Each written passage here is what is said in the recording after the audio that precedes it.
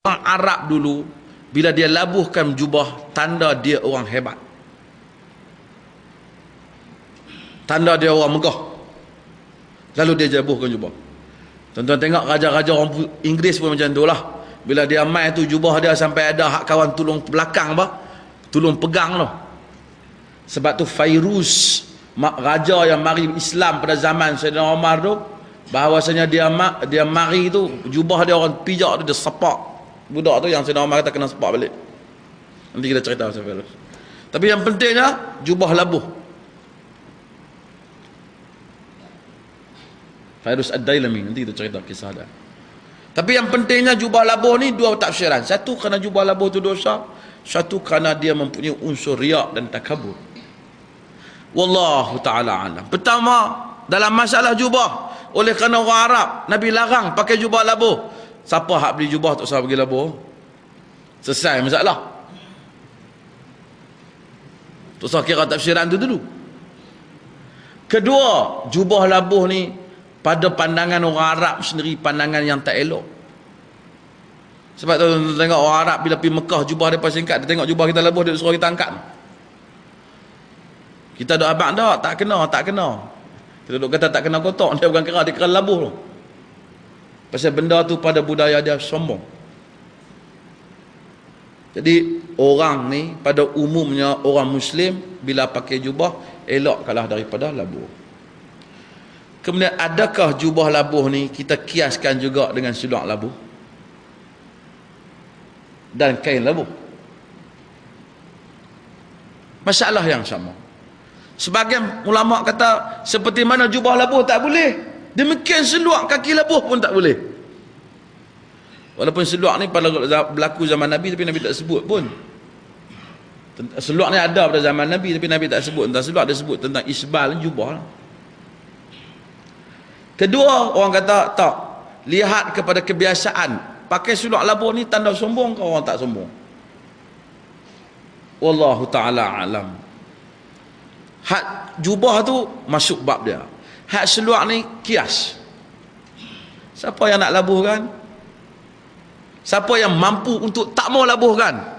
Saya kata lebih baik kena keluar daripada masalah. Cuma kalau tuan-tuan pergi pejabat singkat sikit ni, dia pelik sikit lah. Yang tu lah, tu pun jadi satu masalah.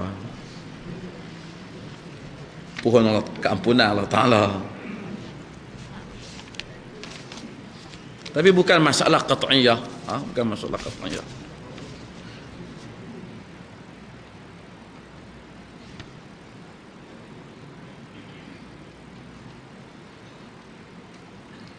Saya hendak membeli seekor lembu untuk ibadah korban, tapi saya keliru kerana si penjual lembu mensyaratkan agar kulit lembu hendaklah diberikan padanya. Setelah lembu disembelih kelak, adakah harus saya menyembelih lembu daripadanya dan memenuhi syaratnya? Tuan-tuan, dia tak boleh syarat. Ada kau jual lembu, syarat kulit kena bagi kat aku, mana boleh? Jual semua lah dengan kulit-kulit lembu. Orang nak bagi, mana boleh kita wajibkan? Kalau dia ada permintaan tak apa. Tetapi memberi, dia syarat tak sah. Penjualan tu tak sah syarat dah. Tak sah syarat jual beli tu. Cuma saya rendangkan sikit, dan bab ni selalu saya rendangkan. Orang kita dia selalu buat amalan yang salah dalam korban. Bila orang sembelih, dia bagi upah orang yang sembelih tu dengan daging ataupun dengan kulit ataupun dengan pekakas dalam lembu lah. Perbuatan itu menghilangkan pahala korban. Sebab pertama, sebab pi ke hadis dulu. Hadis Ali bin Abi Talib yang diriwayatkan oleh Imam Muslim. Hadis kata amarani Rasulullah sallallahu alaihi wasallam bil bud. Nabi perintah aku uruskan apa? Unta dah untuk haji. Panjang dia cerita, wa amarani alla u'tiya lil jazzar syai'an minha. Nabi perintahkan jangan bagi kat tukang sembelih sikit pun daripadanya. Tukang sembelih tu merangkumi tukang lapah. Apa maksud dia? Maksud dia macam ni. Tuan-tuan, Bila kita buat korban ni kita sembelih, lepas tu kita panggil jual daging RM2, ada jual daging sama ada RM3 sekilo ke, RM13 sekilo ke, tak jadi korban tu. Korban tak boleh jual. Tuan-tuan faham? Bila kita korban, sama ada kita makan kita dengan anak-anak pun habis, ataupun kita bagi orang pakat makan share dengan kita, itu nama korban lah. Kapan kita korban, ini aku buat daging korban ni, aku jual RM13 sekilo, orang tak panggil korban. Tu ham menega. Apabila kita suruh orang sembelih, kita sebenarnya membeli tenaga dia. Artinya dia telah bagi khidmat tenaga. Biasanya kita bayar kat dia RM50, habuan dia sembelih dengan lapah umpamanya. Kita tak bayar yang tu, kita ambil daging korban bagi kat dia, bererti kita membeli tenaga dia, kita jual apa? Daging kita. Itu pun jual, dia panggil barter trade. Tuan-tuan faham? Itu pun penjualan lah.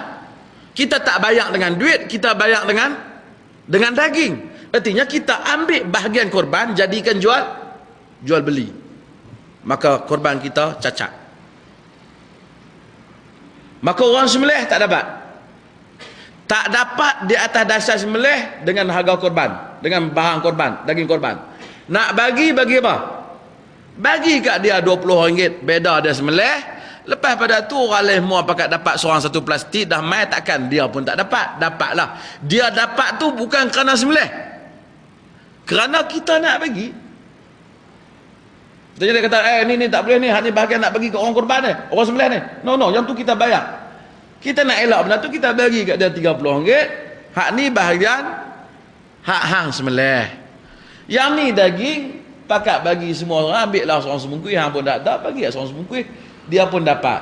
Katakanlah dia tutup guru kita sayang kat dia. Kalau dia tak sembelih hari tu pun memang kita nak bagi kat dia banyak, tak apa bagi, tapi bukan kerana dia sembelih, tetapi kerana dia sebab yang lain. Tapi kalau kita bagi kerana nak mengelakkan daripada terpaksa bayar kat dia duit, maka kita ganti dengan daging, berarti kita menjual daging korban. Tak boleh. Jelas tuan? Mesti bersih korban tu. Cara dia bagilah duit. Ni kita pergi ambil daging korban pula buat upah kat dia. Dan ramai orang dia buat begitu, dan itu tidak betul.